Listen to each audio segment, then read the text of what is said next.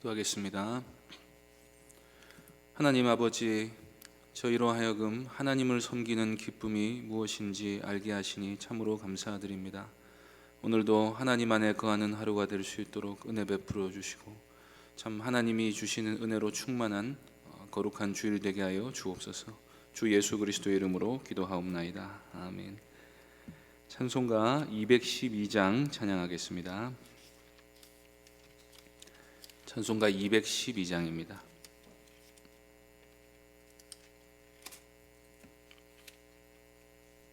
찬송가 212장 함께 찬송하겠습니다.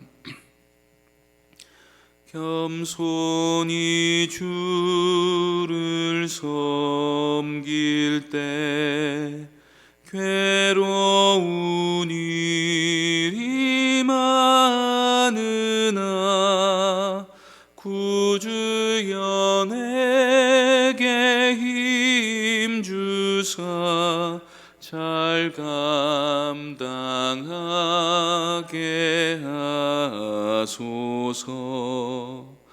인자한 말을 가지고 사람을 감화시키며 갈 길을 잃은 무리를 잘 인도하게 하소서. 구주의 귀한 인내를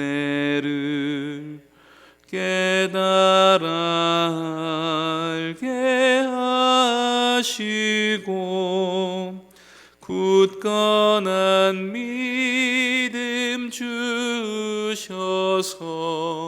늘 승리하게 하소서.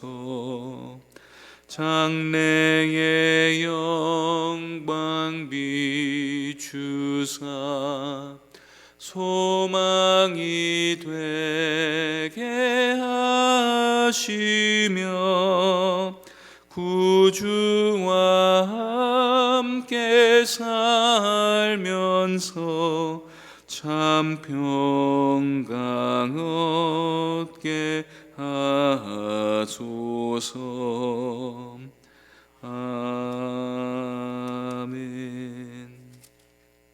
하나님 말씀은 미가 4장 9절에서 13절까지 말씀입니다.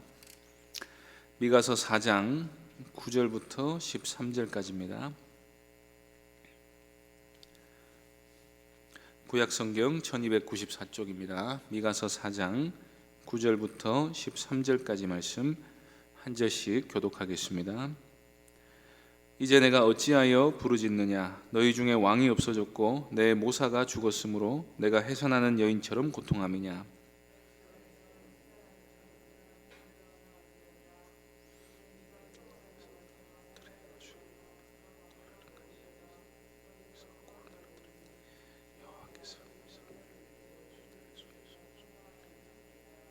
이제 많은 이방 사람들이 모여서 너를 치며 이르기를 시온이 더럽게 되며 그것을 우리 눈으로 바라보기를 원하노라 하거니와.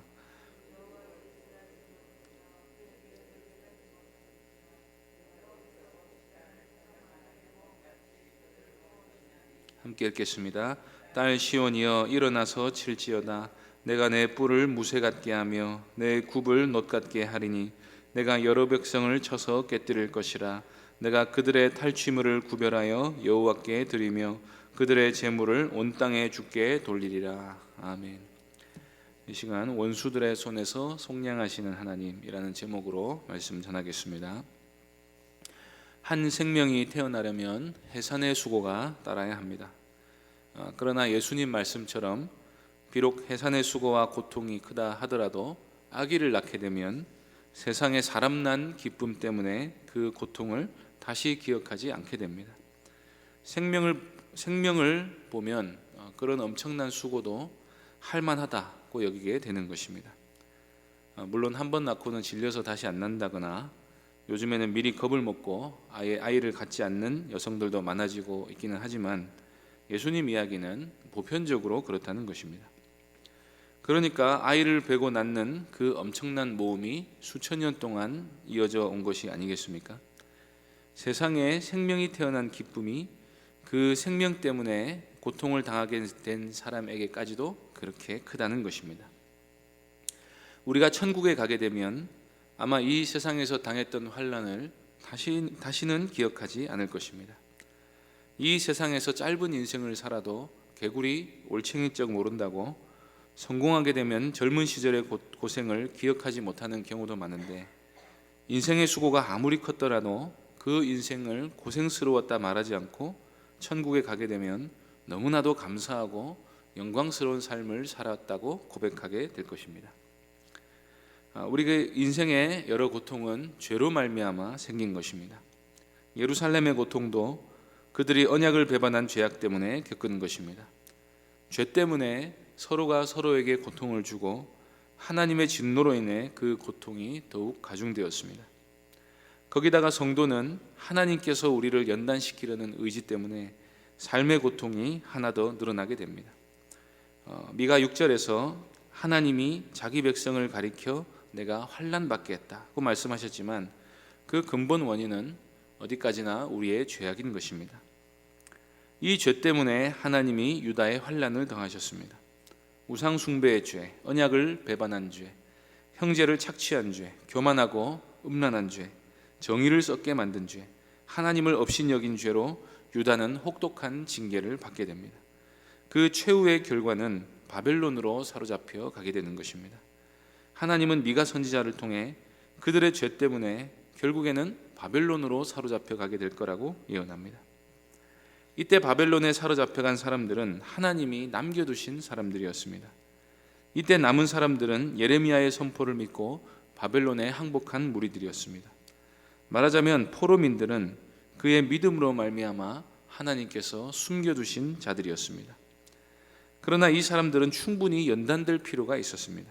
다니엘의 사역으로 인해 세상에 다른 신은 없고 하나님이 온 세상을 통치하시는 전능하신 분이라는 사실을 배워야 했습니다. 에스겔의 사역으로 하나님이 이스라엘의 죄 때문에 얼마나 진노하고 계셨는지를 배워야 했습니다. 회복의 소망도 말씀을 통해 배웠고, 그 사이에서 하나님이 다시 긍휼히 여겨주시기를 기다리며 인내하는 법도 배워야 했습니다. 이 포로 기간 동안 유다 백성들은 결코 녹록지 않는 삶을 살아야 했습니다. 징계 기간 동안 포로민들은 풍족한 삶을 누릴 수가 없었습니다. 하나님이 그들을 환난 가운데 두셨습니다. 그런데 하나님은 단지 잘못했으니까 매를 맞아야 한다는 식으로 그들을 벌하신 게 아니었습니다. 하나님은 그들을 생명싸개 속에 품고 계셨던 것입니다. 다윗을 생명싸개 속에 두셔서 그를 왕으로 연단시키셨던 것처럼 유다 백성들은 태중에 있는 아이와도 같았습니다. 유다 나라는 그 아이를 베고 해산하는 수고를 하는 어머니와도 같았습니다. 그 과정은 당연히 힘든 과정이었습니다. 그러나 하나님 보시기에 그 괴로운 시절은 새로운 생명이 자라는 과정이고, 해산의 수고가 끝나면 참 구원에 이르게 될 것이었습니다. 그래서 하나님은 포로 생활로 인해 고통당하는 유다 백성들에게 현재의 고난 때문에 부르짖지 말라고 하십니다. 9절 말씀 보겠습니다. 이제 내가 어찌하여 부르짖느냐? 너희 중에 왕이 없어졌고 내 모사가 죽었으므로 내가 해산하는 여인처럼 고통함이냐? 이스라엘이 해산하는 여인의 고통과 같은 큰 고통 속에 살아가게 된 이유가 무엇입니까? 왕이 없어졌고 모사가 죽었기 때문입니다. 왕과 모사는 왜 죽었습니까? 이스라엘 정부는 왜 사라졌습니까? 그 정부가 악했기 때문입니다. 악랄하게 백성들을 착취하여 하나님의 진노를 샀기 때문입니다. 그러나 아무리 악한 정부 아래 신음한다 할지라도 힘없는 개인에게 있어서 나라 잃은 서름은 훨씬 더 큰 고통이지 않겠습니까? 포로 기간 동안 유대인들은 금식일을 정해가면서 하나님께 다시 나라를 회복시켜 주시기를 간구하며 부르짖었습니다. 그런데 하나님은 그들에게 왜 부르짖느냐고 묻습니다. 물론 고통스러운 것은 사실입니다. 여기서 하나님은 그들의 고통이 더 큰 구원으로 나아가는 과정이라는 사실을 보여주십니다. 10절 말씀 보겠습니다. 딸 시온이여 해산하는 여인처럼 힘들여 나을지어다. 이제 내가 성읍에서 나가서 들에 거주하며 또 바벨론까지 이르러 거기서 구원을 얻으리니 여호와께서 거기서 너를 내 원수들의 손에서 속량하여 내시리라. 하나님이 남은 백성을 바벨론으로 옮긴 이유는 거기서 구원을 받게 하려 하시기 위해서입니다. 예루살렘 주민들은 성읍에서 나가 들에 거주하게 되었습니다. 거기서 노역을 하거나 새로운 삶의 터전을 일구느라 궁핍하고 괴로운 나날들을 보냈을 것입니다. 나라가 없어졌으니 학교 다니고 수능 치고 대학 가서 취직하고 단란한 가정 꾸리고 하는 소위 평범한 일상에 대한 꿈이 대부분 무너졌습니다. 바벨론에서 성공할 수 있는 사람은 극소수에 불과했습니다. 그 중에는 왕족도 있고 귀족도 있고 제사장 가문이나 도련님들도 많았을 테니까 그 삶의 고통은 말할 수 없었을 것입니다. 그래서 하나님이 딸 시온이여 해산하는 여인처럼 힘들여 나을지어다 라고 말하는 것입니다. 유다 백성들에게 고통스러운 삶의 과정은 뱃속의 아이가 세포 분열을 하여 급속히 성장하는 과정처럼 그들의 믿음이 자라는 기간이었습니다. 성화에는 고통이 따릅니다. 믿음이 형성되는 과정은 결코 수월하지 않습니다. 우리의 죄성이 클수록 이 고통은 더욱 커지게 됩니다. 700년간 하나님을 거역했는데 70년 만에 한 민족 전체가 그 악한 죄악을 돌이키려면 얼마나 힘겨운 싸움을 해야 하겠습니까? 그러나 그 과정이 아무리 고통스러운 과정이라 할지라도 출산의 때가 되면 그날이 바로 구원의 날이요 기쁨의 날이 되는 것입니다. 이때 하나님은 그들이 바벨론 포로에서 돌아오는 것을 해산의 날이자 원수들의 손에서 속량하시는 날이라고 말씀하십니다. 때가 차면 하나님이 그들에게 새로운 생명을 주실 것입니다. 그래서 그들이 그동안 당했던 서러움을 다시 기억하지 못할 정도로 큰 기쁨을 주실 것입니다. 고레스 칙령이 나고 유다 백성들이 귀환했을 때 이런 큰 기쁨이 그들 가운데 있었음을 우리가 성경을 통해 확인할 수 있습니다. 그리고 이어진 11절부터 13절까지 말씀은 하나님께서 이스라엘을 대적한 원수들을 심판하실 거라고 말씀하신 부분입니다. 하나님이 자기 백성을 연단하신다는 목적을 달성하고 나면 악한 세상을 심판하게 되실 것입니다. 11절 보시겠습니다. 이제 많은 이방 사람들이 모여서 너를 치며 이르기를 시온이 더럽게 되며 그것을 우리 눈으로 바라보기를 원하노라 하거니와. 첫머리에 이제라고 되어 있는 부분은 하나님이 유다를 속량하신 이후에 일어날 일을 말합니다. 아수르나 바벨론은 시온이 더럽게 되는 것을 보고 싶다며 예루살렘을 공격하고 유린했습니다. 포로 귀환 공동체에도 수많은 대적들이 일어나 성전 공사를 방해하고 성벽이 재건되지 못하게 괴롭혔습니다. 세상은 교회가 망하기를 바랍니다. 교회가 세속화되고 예배당이 술집으로 바뀌기를 바랍니다. 성도가 타락하여 자기들처럼 되기를 바랍니다. 마귀는 항상 배고파 우는 사자처럼 성도들을 집어삼키려고 합니다. 그래서 예루살렘이 무너졌을 때 이방 나라들 중에 바벨론뿐 아니라 에돔 같은 나라들도 손뼉을 치며 자기 목적을 달성했다고 즐거워했습니다.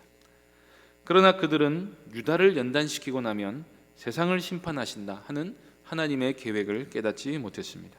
12절 말씀 보겠습니다. 그들이 여호와의 뜻을 알지 못하며 그의 계획을 깨닫지 못한 것이라. 여호와께서 곡식단을 타작마당에 모음같이 그들을 모으셨나니. 여기서 하나님이 타작마당에 곡식단을 모은 것처럼 그들을 모으셨다 하는 말은 심판하기 위해서 모으신다는 뜻입니다. 유다를 치려고 하는 자들은 이제 메타작을 맞을 것입니다. 그게 하나님의 계획입니다. 자기 백성을 구원하시는 일이 끝나면 성도를 핍박한 세상에 대한 심판이 이루어지게 됩니다. 이 심판에 하나님이 성도들을 동참시키십니다. 13절 보시겠습니다. 딸 시온이여 일어나서 칠지어다. 내가 내 뿔을 무쇠 같게 하며 내 굽을 놋 같게 하리니 내가 여러 백성을 쳐서 깨뜨릴 것이라. 내가 그들의 탈취물을 구별하여 여호와께 드리며 그들의 재물을 온 땅에 주께 돌리리라. 이 구절에서는 유다 백성들이 이방 나라를 쳐서 깨뜨릴 것이다 라고 말씀하고 있습니다. 그런데 역사적으로는 우리가 만일 최근에 20세기 들어 이스라엘이 중동 전쟁에서 승리했던 것을 이 예언의 성취로 보기 어렵다면 이스라엘이 최종적으로 승리하게 되는 이야기를 아는 바가 없습니다. 하나님이 이 모든 예언의 말씀을 항상 종말을 바라보며 선포하시는 것입니다. 악한 세상이 불법으로 점유하고 있던 모든 부귀영화들을 하나님께 다시 돌려드리는 일을 성도들이 감당할 날이 오게 될 것입니다. 그래서 이 미가서의 예언의 말씀들이 부분적으로 유다에게서 성취되기도 하지만 궁극적으로는 교회를 통해 완성되는 것으로 이해해야 합니다. 교회가 탄생하는 데는 큰 고통이 따랐습니다. 무엇보다도 만왕의 왕이신 주 예수께서 십자가에 달려 죽으시고 부활하시는 과정이 있어야 했습니다. 그전에는 하나님이 이스라엘 역사를 고통스럽게 펼쳐가는 과정이 필요했습니다. 교회는 결코 쉽게 탄생한 것이 아닙니다. 한 개인도 마찬가지입니다. 한 사람의 회심자를 얻기가 얼마나 어렵습니까? 사람이 말씀을 듣고 즉시로 순종하면 그나마 수월하지만 대부분의 사람들은 해산의 고통을 겪고 나서야 하나님께 돌아오고 믿음을 가져도 고통이 없으면 연단이 잘 이루어지지를 않습니다. 그래서 사도 바울은 갈라디아 교인들에게 너희 속에 그리스도의 형상을 이루기까지 내가 다시 너희를 위해 해산하는 수고를 한다고 말했던 것입니다. 이렇게 하나님이 창세 전부터 택하신 자기 백성들을 연단시키시고 구원하셔서 교회를 세우시는 모든 과정이 끝나면 이제 종말이 올 것입니다. 그날에는 하나님이 성도들의 모든 억울함과 고생했던 세월들을 다 신원하여 주실 것입니다. 우리가 원수를 밟고 일어날 것입니다. 평강의 하나님이 속히 사탄을 우리 발 아래 상하게 해주실 것입니다. 그리하여 온 세상이 하나님만 섬기는 위대한 나라를 이루시고 우리가 그 나라의 왕이신 예수 그리스도의 통치를 받고 영원토록 안식을 누리며 살게 해주실 것입니다. 그 하나님의 구원은 지금 여기서부터 시작이 된 것입니다. 신앙생활은 결코 쉽지 않습니다. 쉽다고 말해서도 안 됩니다. 성령께서 함께 해주셔서 주시는 큰 기쁨이 있지만 그래도 해산의 수고처럼 수고스럽고 고생스러운 과정을 반드시 지나게 됩니다. 그러나 그 모든 과정이 구원의 과정임을 믿으시기 바랍니다. 그러니 부르짖을 게 아니라 감사하며 찬송해야 하는 것입니다. 베드로는 이렇게 말씀합니다. 사랑하는 자들아, 너희를 연단하려고 오는 불시험을 이상한 일 당한 것 같이 이상히 여기지 말고 오히려 너희가 그리스도의 고난에 참여하는 것으로 즐거워하라. 이는 그의 영광을 나타내실 때에 너희로 즐거워하고 기뻐하게 하려 함이라. 불시험을 이상히 여길 필요가 없습니다. 하나님이 이 모든 과정을 통해 우리를 영화롭게 하실 것입니다. 그날에 대한 소망을 굳게 붙들고 오늘 하루도 하나님과 기쁘게 동행하는 복된 주일 되시기를 간절히 바랍니다. 기도하겠습니다. 하나님 아버지, 우리에게 구원의 소망을 주시고 우리가 이 세상에서 비록 여러 가지 고생이 있지만 그래도 그 모든 과정이 구원의 과정임을 믿고 기뻐하며 감사하며 살아가게 하시니 참으로 감사합니다. 하나님 아버지, 오늘 하루도 하나님께 맡겨 드립니다. 주 안에서 안식하게 하여 주시고 우리의 기도를 들어 응답하여 주시고 위로와 소망이 넘치는 날이 되게 하여 주옵소서. 주 예수 그리스도의 이름으로 기도하옵나이다. 아멘. 하늘에 계신 우리 아버지여, 이름이 거룩히 여김을 받으시오며 나라의 임하옵시며 뜻이 하늘에서 같이 땅에서도 이루어지이다.